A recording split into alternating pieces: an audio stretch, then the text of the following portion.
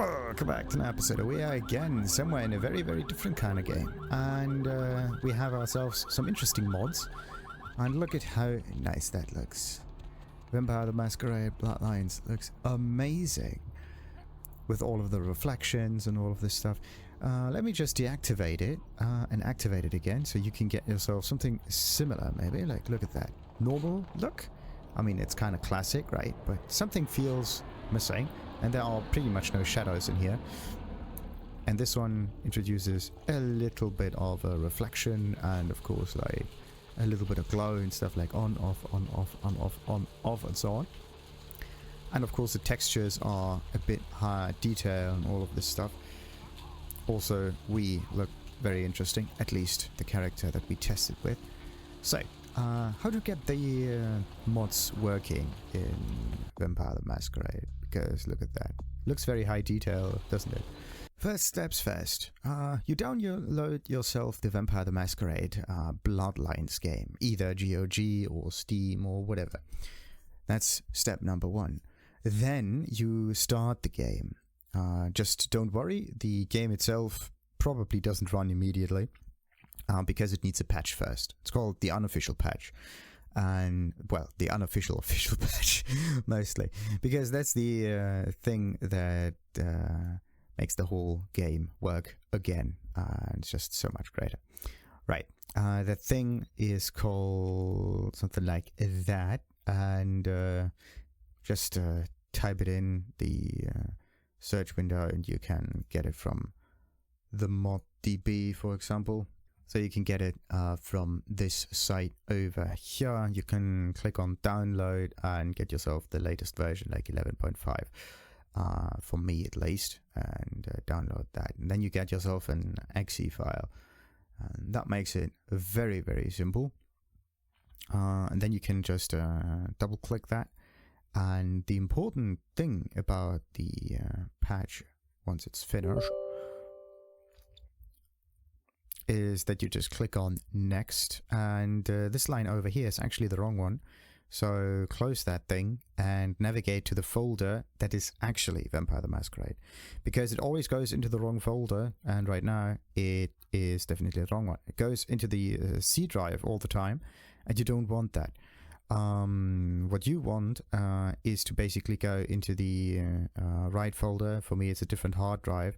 And there you look for your games on Steam and all of this jazz. Where is that thing? Steam apps. There you go. A little bit of common stuff. And then of course you click on, where is that thing? There you go. Vampire the Masquerade Bloodlines. You click on that. You click on OK. And then next. And then you can select 2 editions, the Plus patch and the patch extras. You can click on that and click on next, and then the patch will be applied. Then I'm gonna get out of the patch right now because I already did that.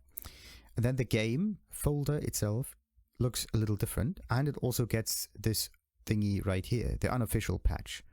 This is a very important folder that you need in order to mod the game, because every normal mod that has something to do with textures and so on needs to be in here. Everything like materials or particles or whatever needs to get into this folder. Everything related to reshades or ENBs and whatnot needs to be moved in that main folder structure here next to the Vampire exe file. It's just very important. So don't move everything somewhere else. And also, if you have the option to download the mods with a Vortex mod manager, don't download it only and do not install it, because installing the mods just jumbles everything together into a huge mess and nothing works. So don't do that. Just download it and install everything else manually. Then once you have downloaded it all, you have all of those different folders for all different mods, and then you just go through each one of them and you search for these things here, like materials, for example. Like this one right here is just where the readme is, and this one is the important bit. So the materials from this one, for example, and this materials over here. And sometimes you can select slightly higher versions of mods and so on. But anyway, important is the materials folder over here. Next one is again materials. This one has models and materials. You just take all of those and fuse them into one big folder, for example. So these are all the materials from all of those folders, and these are all the models from all of the folders. This, for example, is all the particles from all of the folders.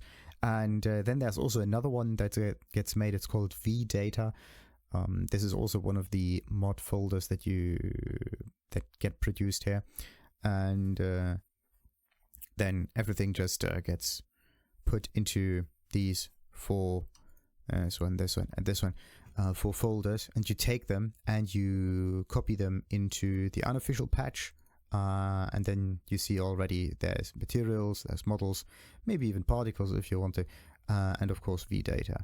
And then you just fuse them in here, and everything is okay, at least for these mods. And then there are the different thingies in here, like for example the Voodoo mod. That's a very funny one, because this one changes the way the game looks, for example lighting and all of this stuff. The Voodoo thingy is actually a very interesting one, because there's patch extras and then player mod. Like the patch extras comes from the unofficial patch. It's one of the additional folders that gets placed in here. So just click on that, go into player mods, and there you can select what you want in terms of like visual adjustment. And for me personally, it was this thing right here. And then you can just take all of these things and then you copy them into the main folder over here. Then you just start this one, the DG Voodoo whatever. And then you can adjust the exe file in here. Also, again, you have to search for this thing. But right now it just finds it like so. I'm gonna readjust it again because I don't quite like the fact that it goes into the windowed mode, and I always have to fiddle with that a little bit. Don't like that. All right, anyway, you can click on apply and it will then change some of the settings. There you go. This is the fxdoom thingy. All right, so this fxdoom thingy is just an ini file, a settings file that actually changes the reshade. But what you need to do in order to make this work is you have to open up the Reshade setup file, and in here you have to look for the okay, at one point it will have searched the whole thing. Come on. There we go. And the Bloodlines launcher, or Vampire exe. Again, the folder will just be displayed in here and everything is fine. You can just click on this thing, and then you can click on next in order to apply the reshade. And then for my specific use case, it was this one here, 10, 11, 12. You can click on next, and then you have an option to either update the reshade and effects. So if you haven't done anything beforehand, it kind of looks like this right here, and you can select something. And in this case, what you can choose here is an ini file. And this ini file over here is the fxdoom ini file. I just copied it all the way over here into the folder, into this one, just to make it all work. So, and yeah, you just click on this, you click on open. And what happens is that every effect that is called for in the ini file will be ticked here. Like this one, fake HDR, for example. Then there's tone mapping and so on, ambient light, filmic pass, Gaussian blurs, and some other stuff. And you can also, if you want to, you can also adjust this and put some of your own effects in here. In this case, what I put in here, something for the shadows, is the MXAO mod over here. It's called Immerse by Marty McFly. And you just tick on this, and then you can change it afterwards. But this one is actually really cool. So, and then there's also, where's the reflection thingy? Because this is also a very, very cool thing. This was legacy stuff, sweet effects. I thought I had it somewhere. What was that? That was a reflection mod somewhere. Something Barbatos. There we go. Reshade shaders by Barbatos. I think it was this one. So you just click on all of the things that you need for that. Let's just skip that.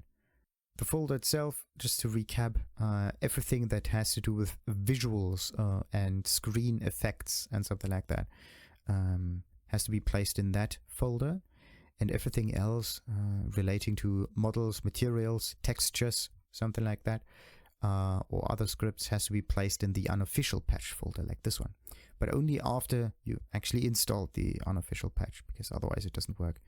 And then, very important, in order to start the game, use this icon over here, the unofficial patch one, not the normal one, but this one over here, because it starts it with a starting parameter, and you don't need to adjust it, just click on that thing and everything will be fine. And then it will look something like that. And right now you see that there was a home message over here, and you can actually change that. So position 1 is home for everyone who has a different kind of keyboard. And there you can change all of the settings that you've activated. And this is the important bit here. Barbatos, SSRT. That was the thing. I knew it. So, this is the Barbatos kind of thing. And this was the setting that changes the reflection or reflection intensity. It just turns the surface into a general reflective thing, and yeah, makes everything look wet, like even a carpet that's supposed to not have reflections. So it starts with 1.1, but I reduced it, but it still has a nice reflection, so I'm gonna keep it like that. It actually looks kind of cool. Anyway, you can adjust all the settings from all the different mods in here. You can activate it, deactivate it, and you can actually see it already in the main menu how it changes things, how it makes things sometimes sharper, sometimes more contrasty or whatever. The magic boom, for example, makes it all glow and whatnot. There's also some other settings in here that you can do, and there in general you can put some keys in here. The first button is the home key. That's the overlay for this bluish thingy. And then you have the effects toggle key. I just put the end thing in here, it's right next to it. So every time I want to toggle the effects on or off, I just press that button and I see the difference. That's basically what I did at the beginning.